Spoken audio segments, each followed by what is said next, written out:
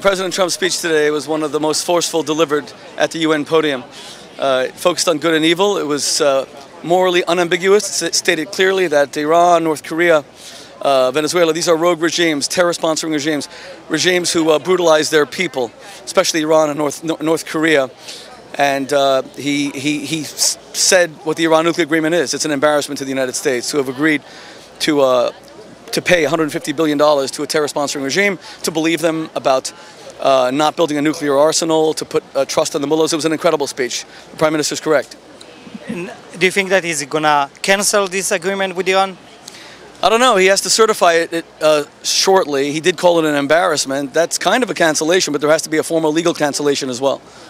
How much important this speech of Trump to Israel? Oh, incredibly important, because the whole problem with the UN and its relationship with Israel is the UN has there's no morality. There's no moral standards. It's become a moral farce, the UN, because it just focuses on condemning Israel while it overlooks the most egregious human rights violations all over the world.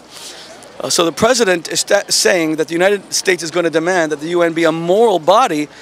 That's what Israel needs, because Israel's a moral, righteous country. And the more the UN stands up for morality and righteousness, the more Israel will be praised, the more Israel will be protected.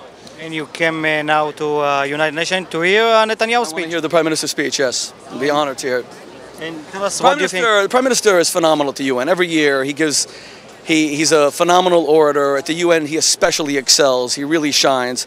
He speaks so boldly and clearly about the place of the Jewish people, not just the state of Israel, but the historical Jewish people, our history, our place among the nations, and how that manifestation of the Jewish people's righteousness and ethics is captured in the state of Israel.